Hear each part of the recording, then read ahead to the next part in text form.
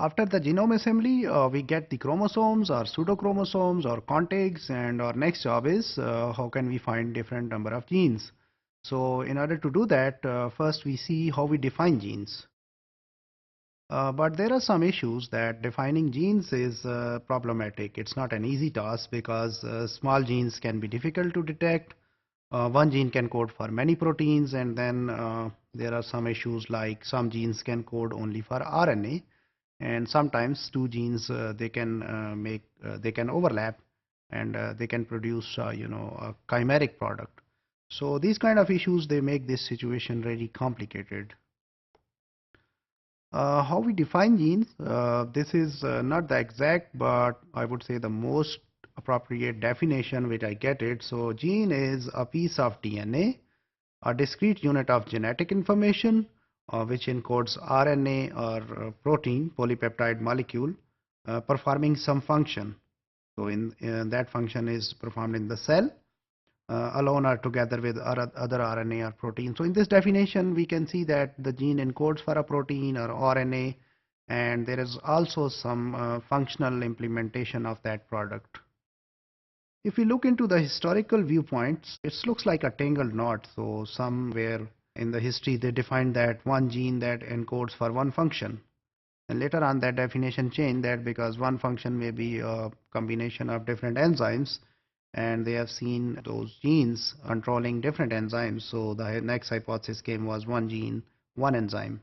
Then later on, the enzymes, when they were studied, it was found that they are made up of different polypeptides. It was hypothesized that one gene may be associated with one polypeptide. And then later on, that came to one gene play a role in formation of a number of polypeptides. And now we see that even one polypeptide is associated with a huge number of genes. So in this way, number of genes can give you one polypeptide. So defining gene has always been a cumbersome task in the history. If we look into the splicing patterns, the genes, when they make their products, they have in between them, they have their introns. So different genes, then they can combine with one another. And if we look into this alternative splice patterns, their exons, they are spliced alternatively. We have seen that in some previous sections, so I'm not reinforcing that concept. So here in this slide, there are different ways in which we can get these alternative splice variants. Sometimes we have mutually exclusive exons, so some exons they are present, others are not there. Sometimes we have an intron retention where introns are retained, and even the alternative 5' or 3' sites, they are alternatively used. And somewhere we use 5' alternative splice site, and sometimes we have the 3' coming from the other exon. So there are different scenarios in which we can see there are different forms of alternative splicing. So all these things, they make it's really cumbersome task how to exactly define gene and what patterns we should look into in order to identify the genes from a sequence.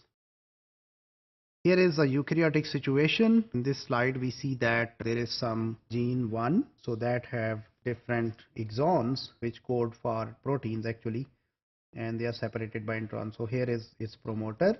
We have intron 1, and then we have exon 2 with, and then 2 and 3 are separated by intron 2, and then in between they have some intergenic region, and again there is a promoter for another gene. So this is how these genes are arranged on the chromosomes in a eukaryotic cells. So both of them, they can use their own promoters. Sometimes a single promoter can go and transcribe two genes together. So in this way we can get a combined product of both the genes, a chimeric product. This process of formation of RNA is transcription. So when we make that RNA, say for example in this case we make this long RNA from this promoter number 1, and this is kind of the situation which is there in the prokaryotes. So genes are transcribed by a single promoter. So we get that pre-messenger RNA.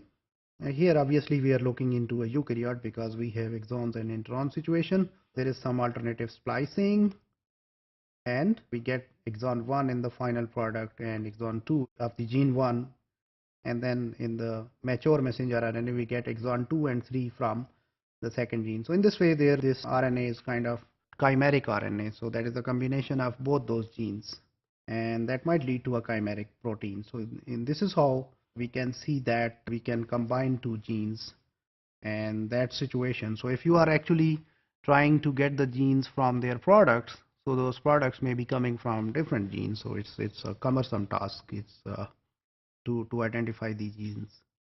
So about 4 to 5% of tandem gene pairs, the gene pairs which are located together, they are estimated to be transcribed into a single messenger RNA. So that is the situation where the chimeric products are there, and these kind of events make it hard to do gene prediction.